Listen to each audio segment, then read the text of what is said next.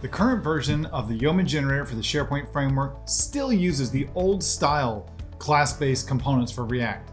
And because that's what you get by default, that's what most developers end up using when they create their React-based web parts. But functional components enabled by React hooks have become wildly popular. I get a lot of questions on how to use React hooks in SharePoint framework projects.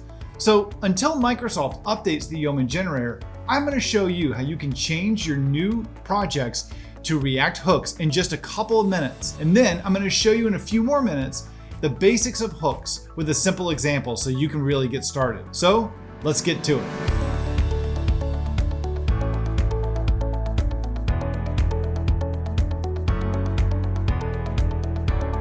Hey, I'm Andrew, and if you're new here, please be sure to hit that subscribe button to stay up to date on all my videos for developers about Microsoft 365, Microsoft Azure, and the SharePoint framework.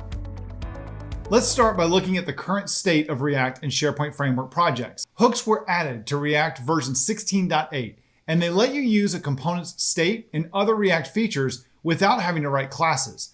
I love them because I find that I write a lot less code, and the code that I do write is a lot more expressive of what I want to have happen when other things occur on the page. The SharePoint framework has supported React 16.8 since SPFX v1.9.1 was released in August of 2019, but we still can't easily use hooks. Why? Because even today in 2022, with the SharePoint framework version 1.15.2, the Yeoman generator for SPFX, it's still creating React class-based components. And we can see that here when we create a brand new project, a brand new web part project with React. We can see that it's set up to have a class that's being exported, and we can see that it's using the React.component object. Now, while there's nothing wrong with these class components, let's look at how to convert this project to a functional component that leverages React hooks. Converting the default class component to a functional component is actually really simple.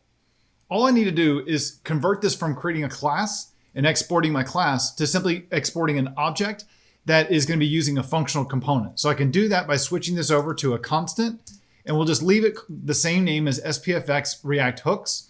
But this time I'm going to say that it is implementing or inheriting from the React functional component.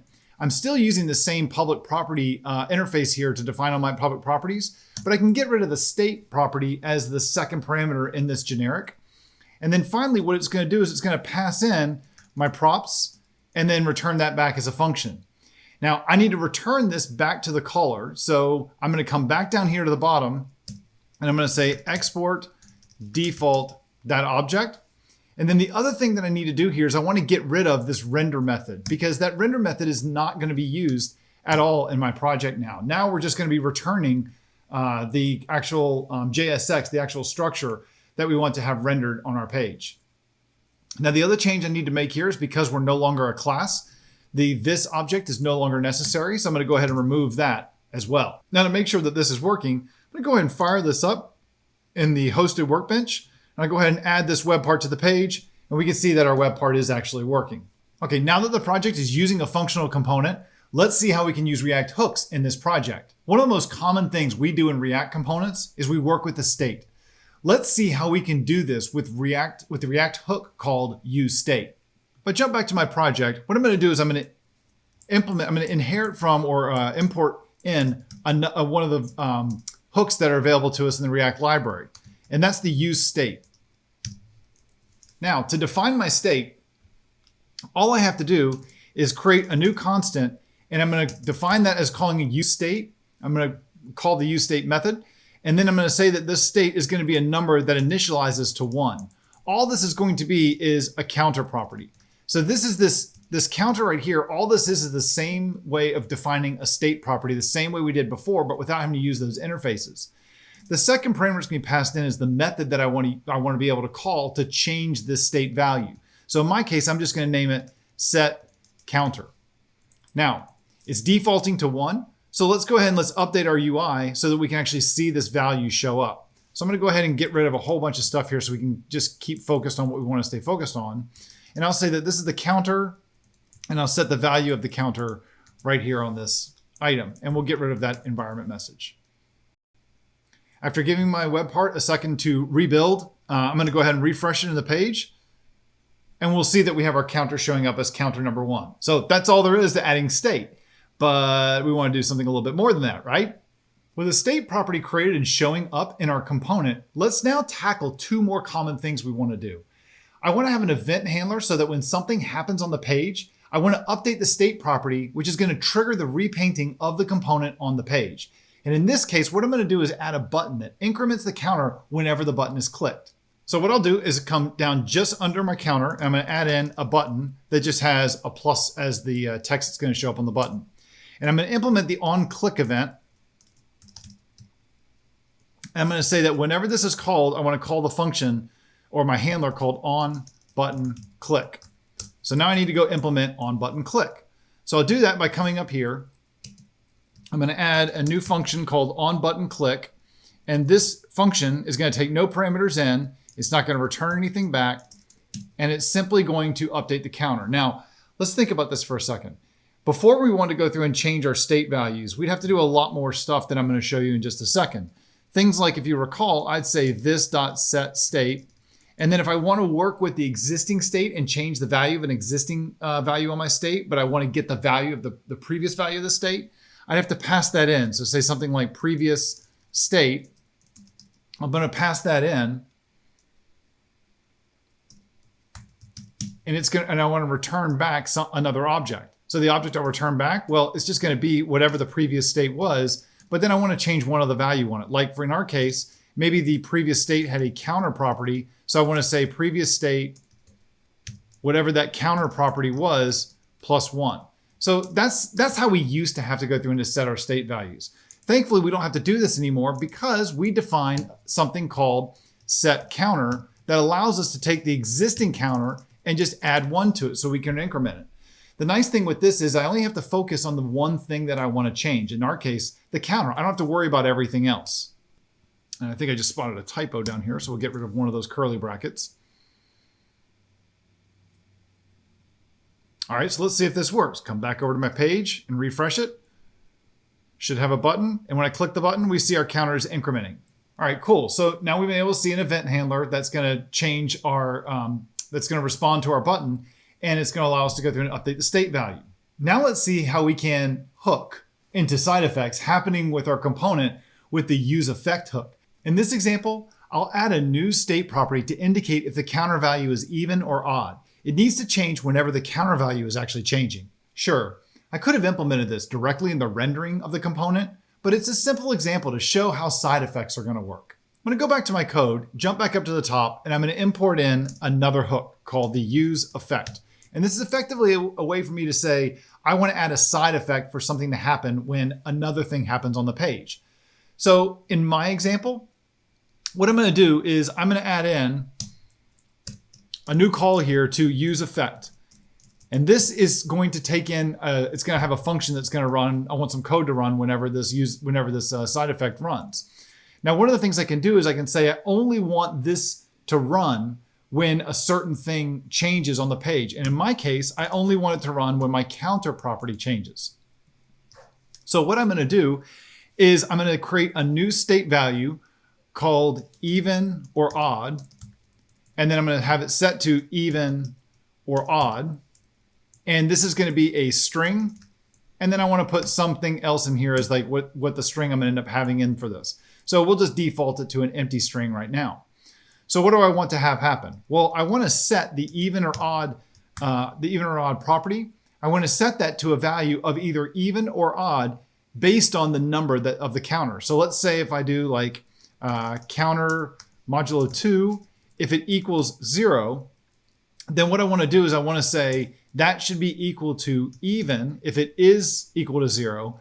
But if it's not, if there's a number left over, remainder, then I know it's an odd number. So I'll say odd at the very end. Now let's grab my even odd and let's go ahead and let's add those at the end to the UX of our page. So I'll do that by just adding in an even or odd statement. Now that I've given my web part a second to rebuild, let's refresh the page. And now when I click on my button, we should start seeing the values change as we're going back and forth between the counter. But notice all my button did was change the counter. We have a side effect that's listening for the counter state value to change. Is going to run our code to be able to change that other property. Now, one of the things that's cool with this is that even though we're setting two state values, React isn't actually repainting the page twice, or not necessarily. It actually batches a lot of those state changes together. So we can actually see that even though the state changes are happening, it looks like they're happening sequentially. They're all still happening at once. And in this case here, I'm only getting one repaint on the screen. So it's optimized like that under the covers. We don't have to worry about the details of how that's done. So now let's see how we can tackle a common requirement, initializing a component. So in class components, we're used to using the React lifecycle methods of component did mount or component did update. Now, the way that you would do this, the same thing with hooks, is to use the useEffect hook, but you're going to do it with an empty array of dependencies. So let me add some SharePoint framework sauce to this, and let's get some data from the SharePoint REST API when this component loads. So what I'm going to do is we're going to come over and we're going to add a new state value here, and this is going to be our site lists.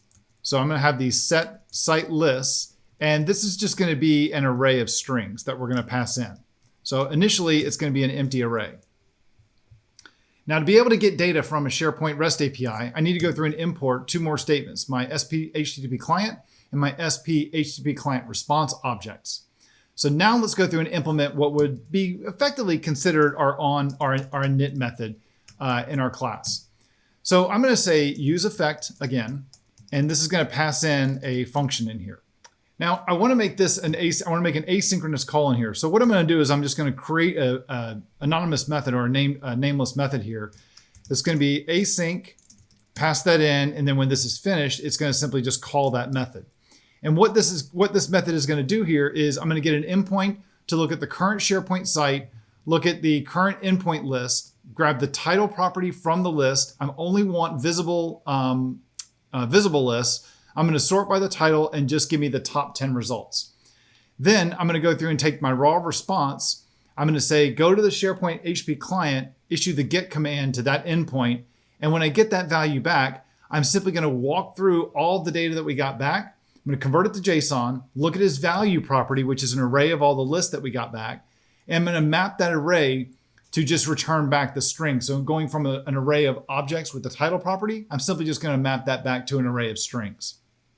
Now, there's a couple little things that I have to do here to make sure that this is going to work. I need to pass in a property here for the current site URL and the SharePoint client that we need. So I'm going to go ahead and add a comment here to our parameters, or to our public properties on our component. And then I'm going to go back to the web part that actually hosts this component, and I'm simply going to add in those two properties. So the current site URL is equal to the current page context.web.absolute URL, and then the client is going to be the SP HTTP client object that I'm passing in. And then we are also going to have to go in and modify our public property, or our interface that defines the properties for those public properties on our class. So I'll go ahead and save those changes. Now, one thing I'm going to do is a little trick with this is I'm going to go ahead and I'm going to pass in an empty array of dependencies. And I'll explain why I'm doing that in just a few minutes. Now that all that's done, let's go and let's write out the data for our list. So I'm going to come back over here to my return statement inside of my array. And what I'm going to do is add in an unordered list.